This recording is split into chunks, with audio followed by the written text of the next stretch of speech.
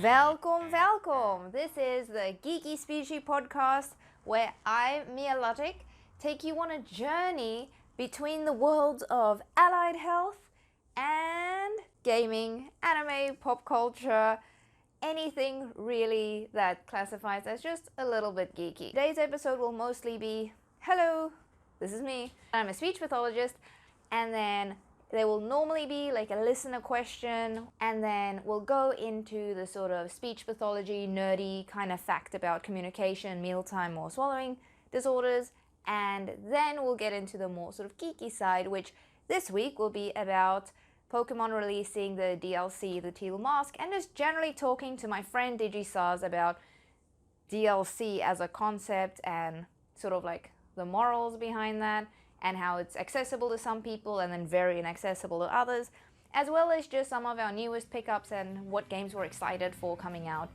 for the rest of the year. But yeah, I hope you enjoy the conversation. So what is a speech pathologist? Or maybe you know it as a speechy or a speech therapist or a speech-language therapist or speech-language pathologist. There's a lot of different names for us out there, and none of them describe really the whole scope of practice. So speechies are health professionals. We work more in the allied health sector. It can be private, public, education. And for me, I mostly work with kids and adults that have difficulty in their voice, their ability to understand and use language, speech and stuttering, and literacy. Do a lot of things with reading for adults and kids. There's a lot of adults that still struggle with reading, and we're here to make it more accessible for them. Speechies can also work with mealtime management and feeding and swallowing, and also in that sort of alternative means of communication. Like how some people will have like an iPad to communicate or something to talk for them, or they would use something like keyword sign or Auslan for Australia. Sign language has a lot of different dialects right around the world. So there's lots of things that we work with, but it's mainly communication and swallowing, either in kids, adults, or both. In the gaming space, I really want to talk more about sort of like accessibility and how gaming and a lot of aspects of pop culture can be used by clinicians to get their clients more engaged, but also to genuinely use as like therapy resources. And there's a lot of that also happening in that D&D space with narratives and psychology and social communication. Myself, I work in the private practice sector, working with some other speech pathologists, occupational therapists, exercise physiologists, psychology, art therapists, some play therapists. There's a bunch of us in the multidisciplinary team, and it's so great just working with other people that are passionate about their specific field and how we can all work together to help others and to also learn more about our own profession and our upskilling our ability. So yeah, that's just a little bit about it. If you have any questions though, please feel free to drop them in the comments or to send me a message on one of my social medias. Now on to our gaming section where I chat to DigiSars. I was considering using like my actual phone to like screen mirror kind of in a way. Yeah. But I just kind of gave up on that. I'm like, no, this is fine. Well, I've gotten my phone to work as a camera once before, so I was trying to get it to work again, but it doesn't seem to be working with this phone, so I'm just like, I'll just use my phone. And I'll just keep my laptop to the side with like Cerebi open so I can see all the Pokemon stuff coming out. Nice, that's a very good idea. That is actually a good idea to just have open on the side. So this weekend, I rarely buy hard copy games, but I picked up 2 this weekend. Oh, Fae Farm's really good. Did you pick it up, or you're sort of still on your I shouldn't be buying new games? I got Starfield last weekend, and then I've got another 2 games coming out this month, so I haven't picked up any other ones. But Nat picked up Fae Farm, so I'm kind of like, if I do want to try it, I can borrow my sister's copy. Yeah, that's a really good idea. I actually bought this hard copy because I don't usually buy a lot of farming sims. It's not really my style, but I was playing yesterday. I messaged Sugar Bandit and I was like, okay, so what if we catch up and we play Fae Farm? So we both bought Fae Farm, and I only bought it hard copy because I thought, well, maybe towards the end of the year, if we start playing a different game and I'm not that into it, other than the function of hanging out with her, I can re-gift it. Yeah. Whereas I can't do that if I just buy it on my Switch. And so far it's good. We played through Chapter 1 yesterday, and you have to play through the entire Chapter 1 by yourself before you unlock multiplayer. So that was a bit weird. Yeah, so we were still chatting, and it was still good, but it was like, neat. We've done all the setup. Now we have to continue with life. Yeah, no, I'm waiting for multiplayer games. I'm waiting for Padilla? I'm not pronouncing it. Yeah. The MMO online one. Palia? Yeah, I think that's how it's pronounced. It's supposed to be like farming sim, world building, because you can build your own house and do cooking in it. And there's supposed to be some elements of fighting, it's not player versus player, it will be players versus like AI for the most part. Neat. Yeah, I've been hearing a couple of things about the game. I also think it's probably a really good release time. Like, it went into early access when there was a very sort of sleepy time period for games. Yeah. And it's supposed to be PC and Switch, so that's very different for a lot of games. Well, I originally wanted to get Fae Farm on PC, but then I thought, well, usually when I catch up with people and play games, then I'm not always at home, or like I'll want to play it sometimes at work, like during lunchtime. And then I thought, well, that makes PC a bit hard, so I'll just get it on Switch. It's just so much easier. Yeah. And then, I got Trine 5 because I have been wanting to play one of the Trine games for so long, because I love the soundtrack. Like, when I used to study at uni, it would always be like this, like, really vibrant pictures, and then the music from the game. And one of my other friends, he's super into the series, and so I was like, oh, we can do multiplayer. But again, because it's on PC, I have to be home to do that. So I was like, no, this time I'm just getting it on Switch and then sort of take it from there. I did try to last week or the week before. I was like, I'm going to play Pokemon Scarlet again. So I did that. I enjoyed my time with it, but it was a bit disheartening. Walking kind of, I was like at a beachy area just after the first gym, and I was walking around, and still that stuttering happened. And I was like, you still haven't patched the game?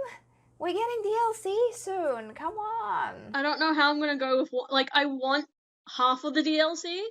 I think I want the first one. The one where you go on the field trip. That one appeals to me.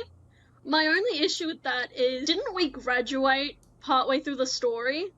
Like, at the end of the story, we end up graduating. And I know it says we don't have to beat the game to play the DLC. Yeah, you only have to play the first 3 hours. You actually have to just get through that first bit. Yeah. Yeah, because you're supposed to be at the school to be able to play the DLC because it's a school field trip. But we graduate at the end of the story. So at this point, most people have beaten the game and already graduated. Yeah. And now we're going to go back to school to go on a field trip. Yeah, it's a bit confusing. I love the art style, like, of all the promo things for it, and it looks really good. Oh, it definitely does. And I was really interested in picking it up purely because when I go to Japan later in October, we'll be going to Osaka first up, so it'll be lots of like festivals, like autumn festivals, and I'm like, oh, it'll be so immersive. I'll have this like sort of like game experience, and also like in Japan. But yeah, unfortunately, when I looked at the DLC prices, because do you remember what Sword and Shield's DLC, like the cost of that? Oh, I thought it was like $35, but I'm not sure anymore. It says on EB Games it was like $45. Yeah, it wasn't, like, it was still below $50. But in my head it was like, yeah, between the $35, $45 mark. And I don't know, just looking at Sword and Shield, like looking at Scarlet and Violet and how many bugs there still are, and then seeing, oh, now we want you to pay $50. Like the price, like Trine 5 was $50 and it's a brand new game. Like I understand that part of the fact that they're looking into DLCs is so they don't have to make a Pokemon game every year and that they can spend more time making a good storyline. However, when the turnoff is a DLC that has a basic storyline, if it does have a basic storyline, that costs as much as a game anyway, wouldn't it be better just to release it as a cheap game? I don't even mind that they release it as a DLC. I just, with how poorly it went last year, I kind of feel like one of the DLCs should have been free. Like, I don't think it should have been more expensive than the Sword and Shield DLC. Yeah, there were a lot of bugs at the start. Like, part of the reason I haven't pre-ordered the DLCs, one, I don't like DLCs, so I've never bought one, and two, it's probably going to be buggy to start with. I think it's sort of how I'm closing the book on like the ethics side of thing is like, well, I don't feel right about paying more money for an unfinished product. Like, I didn't mind taking a chance on it originally because I just bought a day one like a lot of other people. But I'm like, well, fooled me once, shame on you, fooled me twice, shame on me. I don't know, I just feel uncomfortable with like, there's like really good games, like good quality games coming out below like $50 that has like 16 to like 30 hours of gameplay, and then we're getting a DLC that's probably like, what's maybe 3 to 5 hours? Yeah, I want more games that are sort of that, you can finish it in 24-hour time frame and doesn't cost an arm and a leg to buy, because I want that feeling of completing a video game where most games are coming out and they have a play hour of 60 plus hours, and I'm never gonna defeat them because it's just like I don't have the spare time for that. Yeah, it's really disheartening. I was in a position a few years ago where all the games I was interested in, they were all either JRPGs or games that very much mimic that sort of format. And I was like, no, all these are long games. And then for a while I was like, well, I can play like puzzle platformers because they're generally a bit shorter. But it's not really my like favorite style of game, so I kind of completely dropped that. So Trine 5's like the first one in a long time I'm picking up. No, I do like my platforming games, but they get very repetitive in sort of play styles. So I need something in between to sort of break up that repetitiveness. I think that it's getting harder and harder for Pokemon to sort of,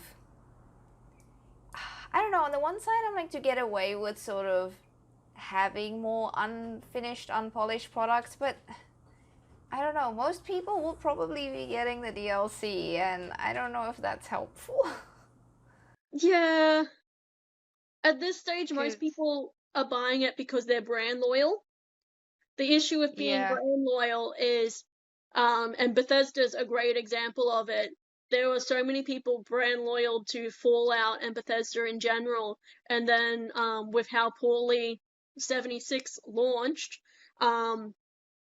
Starfield had issues getting pre-orders because everyone I heard about that. Yeah, everyone who's brand loyal to Bethesda weren't willing to risk $100 for a game that may flop, or may be good, because they've just lost their trust in the brand.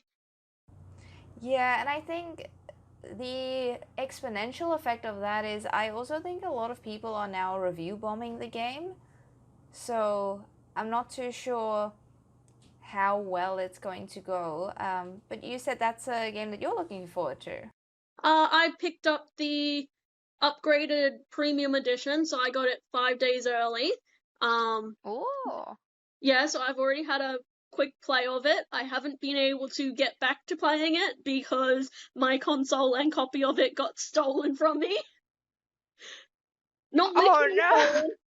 Shane's stolen it to play because he saw me playing it and it's just like, oh, this actually has piqued my interest.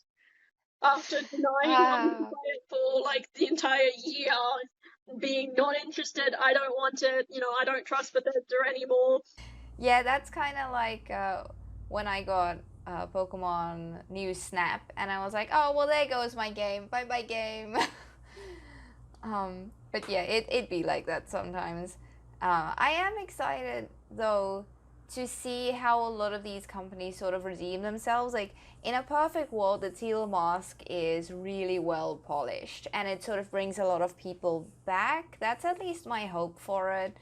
And I think they did a few interesting things in Scarlet. Like I was watching the World Championships for Pokemon a couple of weeks ago, and there's like the Mischievous with the long hair called Fluttermane. And I was like, oh, this is like smashing out like so much of the competition. And I like that sort of like storyline with the ancient Pokemon. And I think there's a lot of good stuff there. I think they just need to fix that game. They really do. The other issue with DLCs is I know a lot of parents still don't like buying online games for their kids or codes for their kids. So I know a lot of kids will miss out on being able to play the expansions just because their parents will deny them it. Where if it was a new game completely, they would be able to get it for Christmas or something like that. Oh, that's a good point, actually. I didn't consider that. And you'd probably see a lot of that at EB Games as well.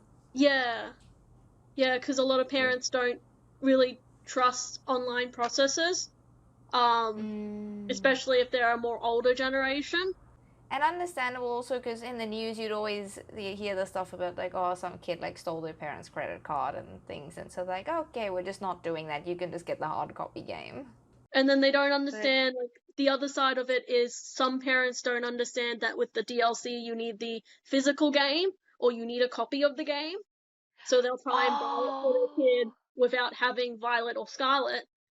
And then that leaves like a bad taste in their mouth overall because they've got to return it later on. Or if they've already redeemed it, they've got to pay another $70 to $80 to actually get the game for their kid to be able to play it. That's true. I didn't really think of that. I think I considered that when Sword and Shield came out, and I was like, oh, well, a lot of DLCs and things come out now, but there's been, I think, enough time that, yeah, not everyone would always be aware of that, and hopefully there's not too much backlash about that.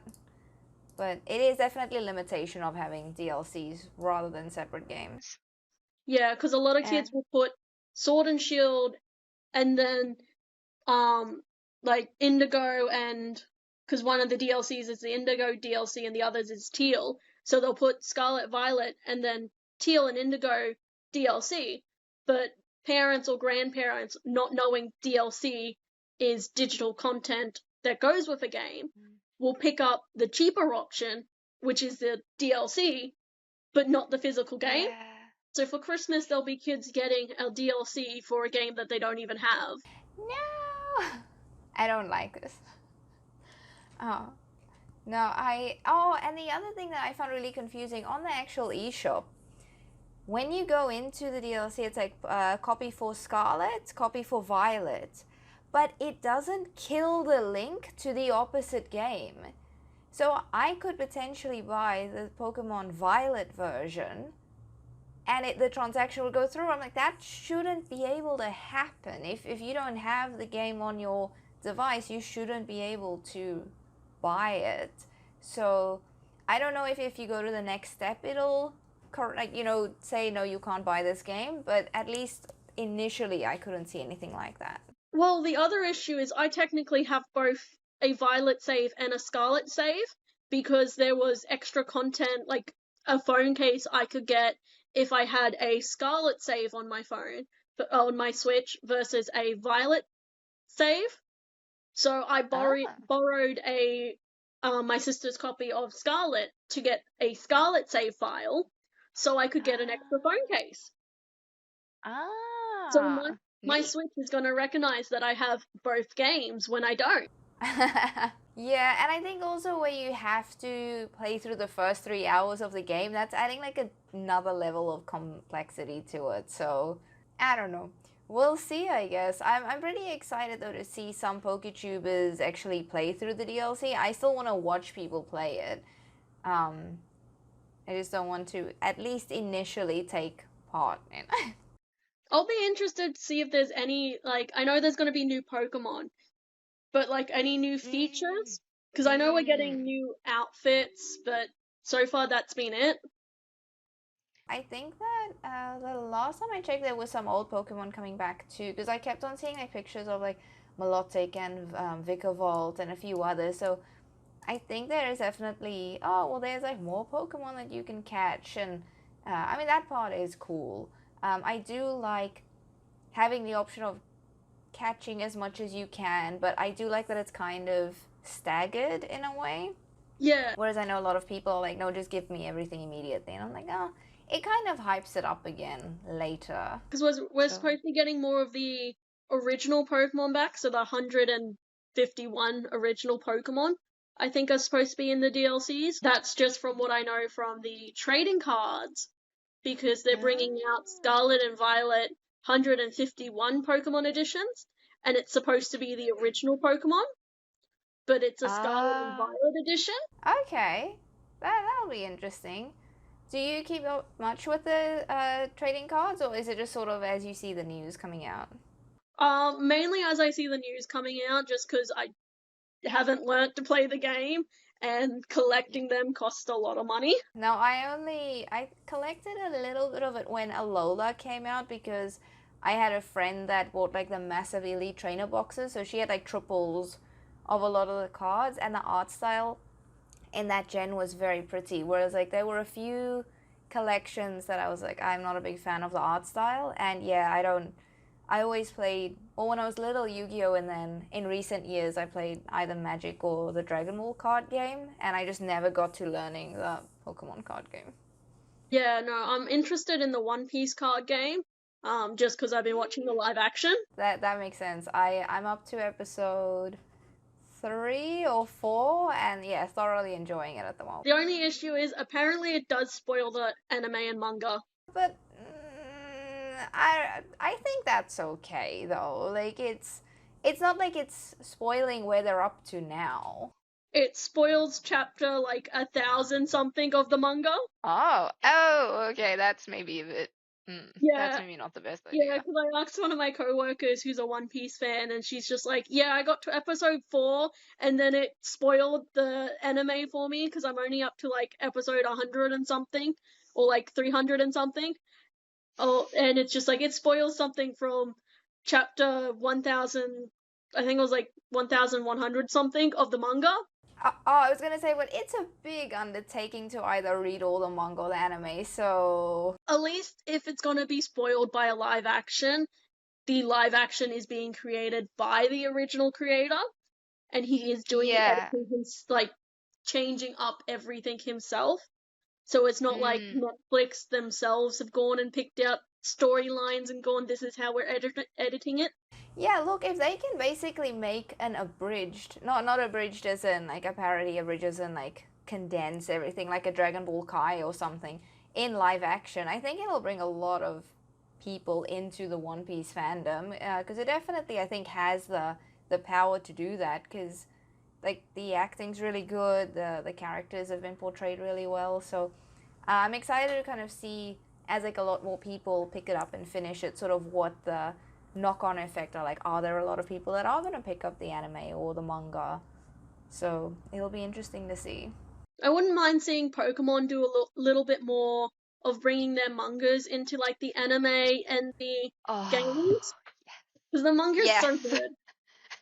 Yes, I think that if they even just did like those little YouTube shorter kind of series where they go through the manga, I think a lot of people would love just to like consume that just over on YouTube. So yeah, more Pokemon Origins. Pokemon Origins was so good. It was amazing. Oh, I would love to see more of that. I didn't mind that the new trading card short show they've got on the web series. Oh, I clicked on it, added it to my watch list, and I haven't actually gotten back to that. But I really want to, because it looks like it's like a, what do you call it? Like, it's kind of breaking the fourth wall in a way, where it's like very self-aware of like, oh, you're not in the Pokemon world, you're playing the card game. So, yeah. So, have you watched all the episodes? Like, are you up to date? I am not up to date. I have one that I haven't watched yet.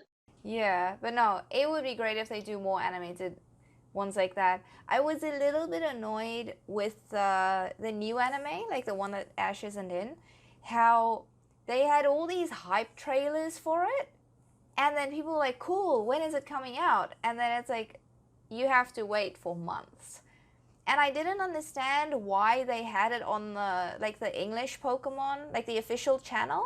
I was like, why are you showing us this? Just show it closer to the time when people can watch it. And it's not like you can officially watch it in Japanese either. You have to go on like pirated sites or like different websites to even watch it. So I don't know, it was really strange. I'm like, here's the new anime, in a few months. Yeah, which destroys the hype for it, and Pokemon's one of those series where it creates a lot of hype up to its release, and that's what brings all the fans back into it. So without that hype, a lot of people won't watch it at the launch, just because they would be waiting and forgotten about it. Yeah, I really wish they would just give us the Japanese over here, because so many people like watching it in the original Japanese with subtitles. Yeah, and at least you can they'd probably also get a lot of people that would just re-watch it as well, like just when the English dub comes out for like nostalgic reasons, but they want to keep up to date with it and not use other sites that you're not supposed to. So alrighty, well, thank you so much for chatting to me about Teal Mask today and other Pokemon and gaming things. Really appreciate. Yep. All good. Thank you. Have a good day. You too. Bye. Dankie vandaag voor jullie aandacht. Thank you so much for watching. And if you're an audio-only listener, let me know what listening platform you're listening on. I recently switched from Spotify to Google Podcasts, so that's where I listen to most of my podcasts. And I would really like to know how many people prefer audio-only to video on YouTube. And if you haven't subscribed to the channel yet on YouTube, please do so, or follow us on one of those respective audio platforms. So I have a Twitter, especially Geeky Speechie, for the podcast things, but generally my social media things are on Mialotic on Instagram, on Twitter and Facebook, and I regularly post on Instagram, and I'm trying to post more on some of the other social medias as well. Next time, I have a fun fact about code switching and how that's relevant to a lot of different communities and how the language just around code switching has changed. So make sure that you stay tuned for that. And I'm really excited to see what this can become and what you guys have to say. So it would be really cool if you could leave a comment. And if you're a clinician and you're sort of new to the geeky space, or maybe you've always been a little nerdy, and you're either now bringing it more into your work or you're still a bit hesitant, let me know. Mag julle baie lekker dag verder hê. Dankie, bye!